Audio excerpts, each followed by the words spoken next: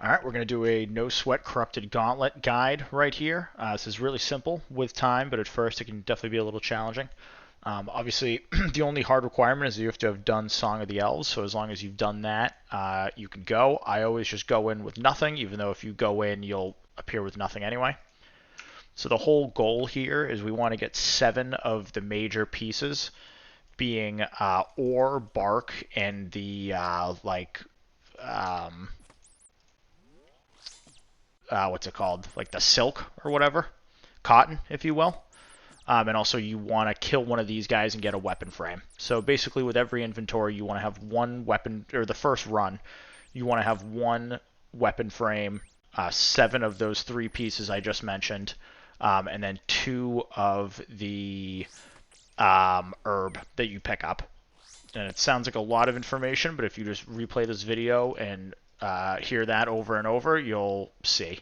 And I'll show it here live as well. Actually, just ran by that tree stupidly. Boss fight's also very easy, just with time. It's one of those things that takes getting used to, but then once you got it, you get it almost every time.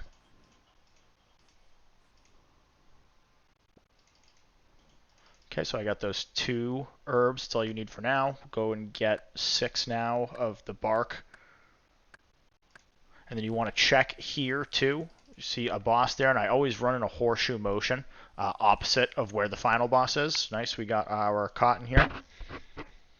And I always check these 3 rooms over here for the bosses, and hopefully, you're hoping that you get 2 in 2 of the 3 rooms, because that makes the run a lot smoother.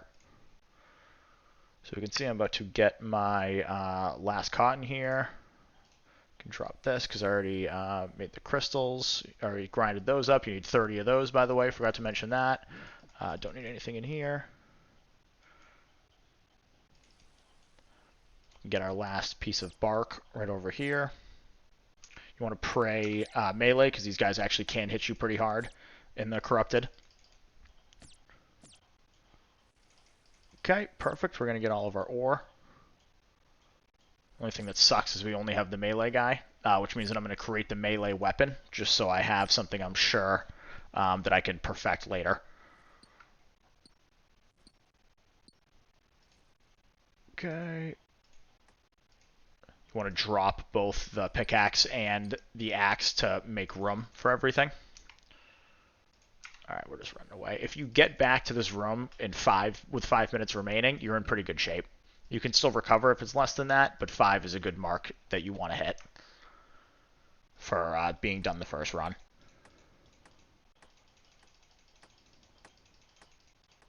Okay, drop all this right here, and then you want to make the weapon that you know you have a boss around you with. So for me, that was the melee weapon.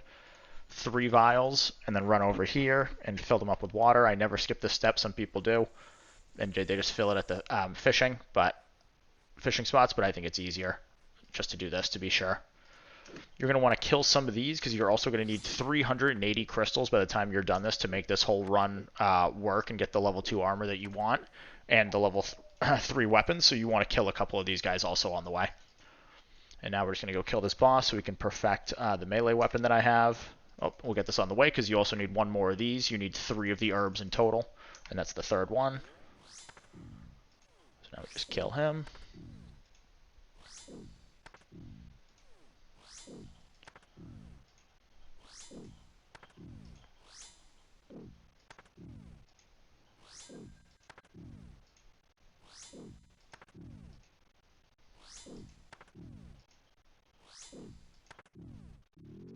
Okay, and now we just want to make sure that we pick up his spike. I already have a weapon frame, so you actually only need 1, so I can just drop that.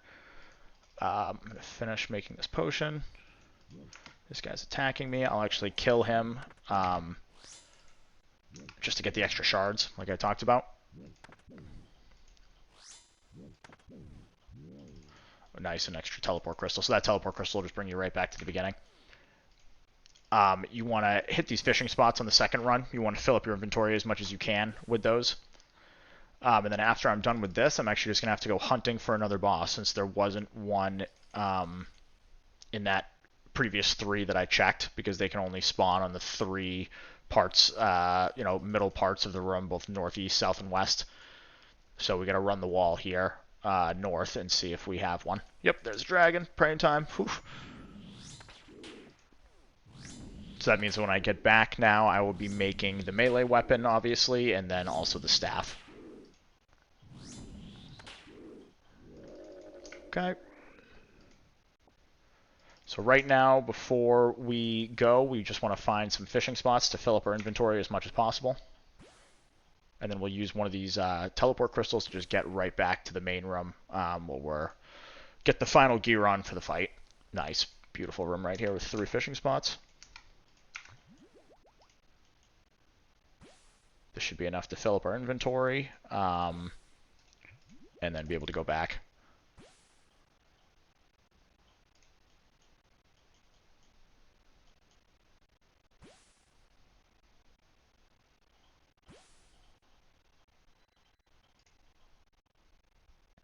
Got plenty of crystals here, which is nice. Okay.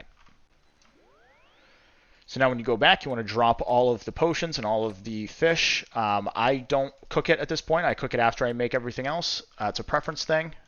So then you come right back here, pick up everything, and then again, we're going to want to make the perfected melee weapon and the staff on top of the armor that we're going to make as well. Okay, melee weapon.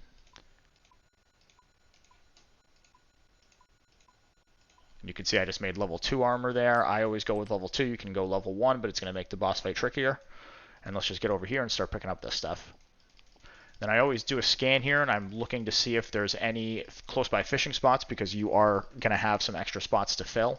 When you get good at the fight, you need less fish, obviously, but at the beginning it's nice to fill up your inventory as much as you can. Let's see, are there any in here? Nice, I'll take some of these. Just go over to this spot, get a couple. Drop everything that isn't the harpoon, because that's all you need at this point.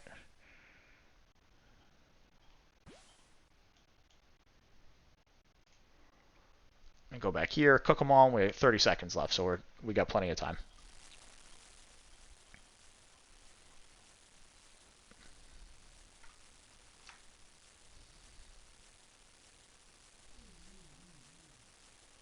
I personally will now drop the harpoon and the shards, because you don't need those anymore, and just organize my inventory exactly like I have it here. There's 10 seconds on the clock, but why wait for that? Let's throw on the staff and get in there. So with him, if you're unfamiliar with this boss at this point, you're going to want to do a constant swapping of between range and magic. Every 3 hits, he changes. That's the little noise he makes and the motion he makes when he switches. You're also going to want to change how you're attacking him, again, based off what's above his forehead. So you can see right now I'm hitting him with melee.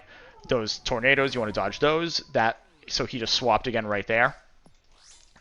You want to avoid these tornadoes again. He's doing a range attack right now, but I know that in one more hit, he's going to swap to the mage attack again. And now I'm waiting. Let's eat something. You can see he just swapped to protecting from melee, so you want to swap back to your other weapon now and hit him with that. He just swapped again, back to range. And now I'm just waiting again for above his head to go to the protect from mage, and then I'll swap back to melee. It's a lot at first, but once you start doing it a lot, it becomes easy. So every time I hear that noise that he makes, that turns it off. So when he hits you with a purple ball like that, that means he's starting... Whoops, I just swapped over when I shouldn't have. That means that he's about to hit you with an attack that turns off your prayer. And whenever that happens, you always swap back to mage, because that's when he can do it, not during the range phase.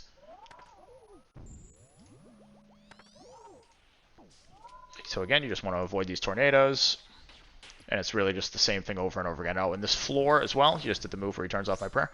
The floor, you want to just stay off. It'll warn you when it's that red color over there, but as soon as it turns that yellow color, it hurts you if you're on it. I can see he switched again. Sorry, I missed it because it's hard to talk and do this at the same time. So we're swapping back to mage now. He just swapped again. Back to magic. And again, now I'm just waiting for that symbol above his head to turn to protect from mage, and then I'll swap back to melee and hit him with that. Which it just did. These tornadoes get harder to dodge as the fight goes on. which is annoying. It becomes actually very difficult at the end. Most people that are experienced with this, that's where they'll die, is through the tornadoes at the end. The key is to just always keep yourself moving.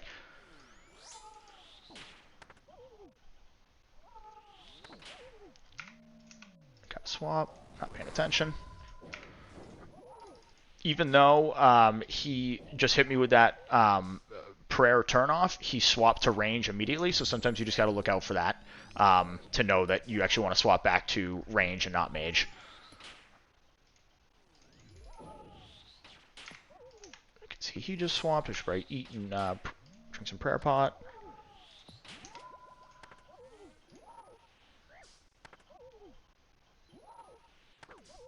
You just keep going. Just keep doing the same thing over and over. There he goes. He swapped. He swapped also to mage. And more tornadoes. He turned off my prayer.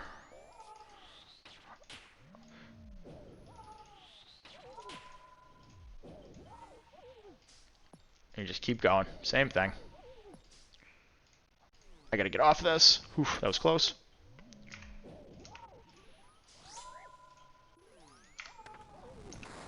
Turn off my prayer again.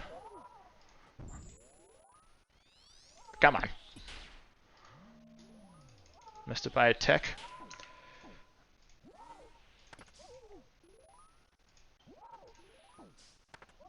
Oh boy.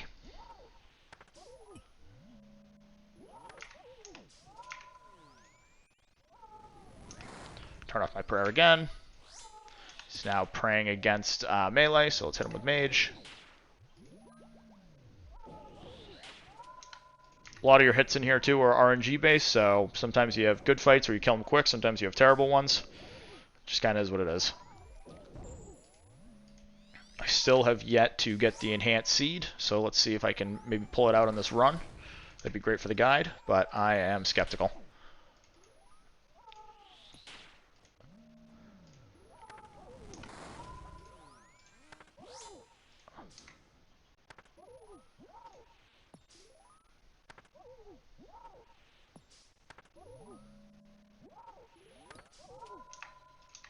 See, he just swapped his overhead and what he's hitting you with at the same time. You should always prioritize defense over offense here, because he can hit you hard with those moves. Oh, I gotta run over this.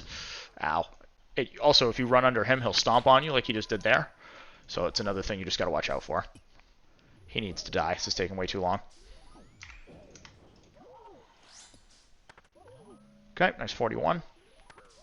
Come on, one final hit.